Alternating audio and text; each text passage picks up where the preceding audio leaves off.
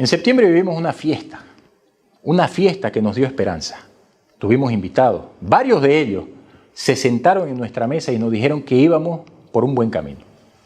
Sentimos buen ánimo y la esperanza de que las cosas pueden ir mejorando, que los problemas pueden ser resueltos con nuevas voluntades de acercamiento entre Santa Cruz y el gobierno nacional.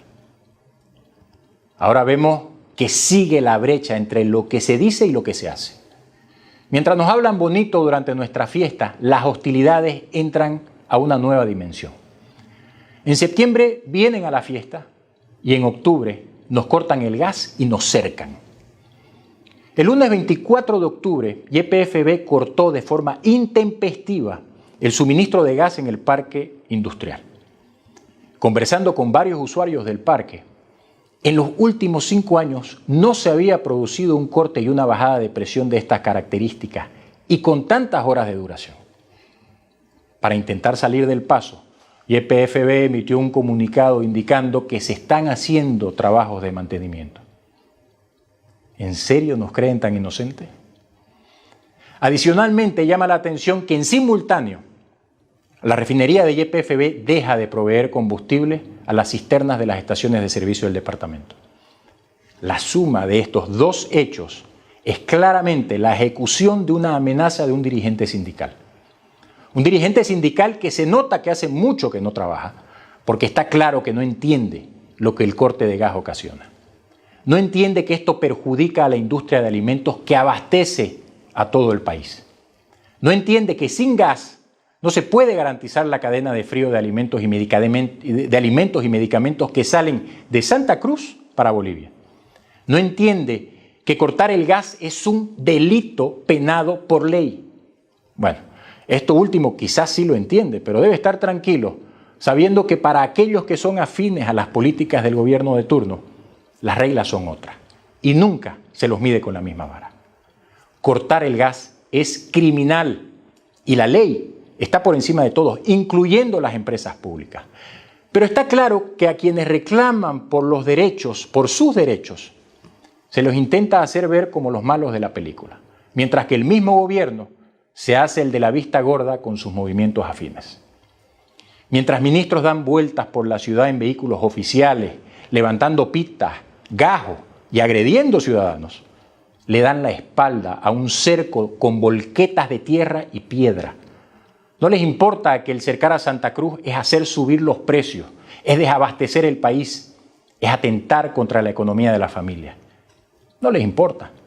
Pero resulta irónico que por un lado el gobierno cuestiona duramente el paro cívico y por el otro incentiva a sus organizaciones afines a cercar Santa Cruz. Cercar a Santa Cruz y cortar las vías hacia otros departamentos es crear escasez de alimentos, es incentivar a la especulación. Es gastar las escasas divisas para importar los alimentos de otros países. Es hacer un deliberado daño a la economía de las familias bolivianas. No les importa. No les importa perjudicar a Bolivia al cercar Santa Cruz. Pero ningún proyecto político justifica semejante despropósito. Cercar a Santa Cruz es crear nuevos problemas para tapar los ya existentes. Y nos preguntamos, ¿cuál es el trasfondo de no querer resolver el conflicto por la realización del censo y más bien intensificarlo a través de las organizaciones afines al gobierno? Si el propio gobierno inicialmente fijó la fecha para el 2022 y sin motivos técnicos lo cambió de forma unilateral, ¿por qué ahora descalifica la propuesta de Santa Cruz? ¿El gobierno quiere acaso agudizar el conflicto para cerrar filas en contra de una región que se resiste en aceptar las maniobras políticas? ¿Será que el gobierno quiere aprovechar el conflicto por el censo para levantar una inmensa cortina de humo y tapar el deterioro de la economía? ¿Tapar las tantas y diarias evidencias de la incapacidad de su gestión económica? ¿Tapar la decadencia del modelo económico? ¿La recuperación mediocre? ¿La pérdida de las reservas internacionales y divisas? ¿Tapar el gasto público ineficiente? ¿Tapar la ineficiencia de las empresas públicas y la subida de los precios? ¿Se quiere acaso desviar la responsabilidad por la mala gestión económica mostrando a Santa Cruz como el culpable de todos los males? ¿Por qué el gobierno a través de algunos ministros sale a advertir el no pago del segundo aguinaldo por el paro cívico? ¿A quién intenta engañar el ejecutivo de la COP cuando dice que el paro cívico cruceño pondría en riesgo el pago del aguinaldo de este año?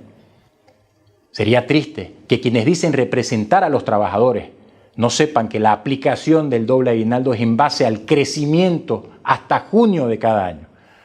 Y señores, estamos en octubre. El gobierno nacional habla de un censo con consenso. ¿Pero qué es un consenso?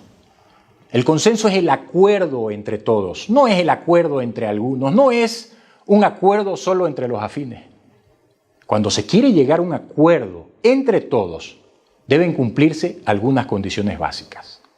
Se debe respetar a todos, también a aquella parte que plantea soluciones diferentes. Se debe escuchar sus argumentos, dejando a un lado los prejuicios. Se debe dejar a un lado la propaganda política. ¿Acaso existe la intención del gobierno de llegar a un acuerdo? Con la conocida brecha entre lo que se dice con lo que se hace, lo que hemos visto hasta ahora es una actitud de imposición, de convocar a reuniones para imponer en lugar de concertar. ¿Acaso se puede llegar a un acuerdo cuando se descalifica, cuando se amenaza al otro, cuando se quiere dividir a la otra parte? Lo que vemos es que el gobierno no reconoce los argumentos de Santa Cruz, sus derechos, sus visiones, sus planteamientos legítimos. Ojalá en el encuentro de este viernes se cumplan las condiciones y se busquen acuerdos que incluyan la posición legítima de Santa Cruz, para que el país avance, para que las familias puedan trabajar y puedan ganarse el pan de todos los días. Necesitamos que los conflictos se resuelvan. Y para eso necesitamos actos de buen gobierno. Se practica el buen gobierno cuando no se viene a querer imponer su posición a los demás. Se practica el buen gobierno cuando las partes se sientan a dialogar, cuando escuchan a la otra parte, cuando tienen voluntad de ceder en algo a favor del bien del país, cuando se respeta a los que piensan diferente. Las diferencias de opinión son normales hasta en la familia. Y de estas diferencias suelen generarse conflictos. Pero nos va mal cuando un miembro de la familia quiere imponer sus voluntades y posiciones al otro.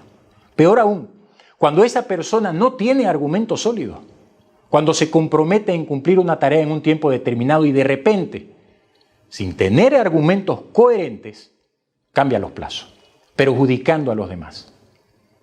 Y cuando otro integrante de la familia insiste en que se cumpla lo inicialmente prometido en beneficio de todos, pero la otra persona, en vez de presentar argumentos sólidos, lo descalifica, lo insulta, lo agrede.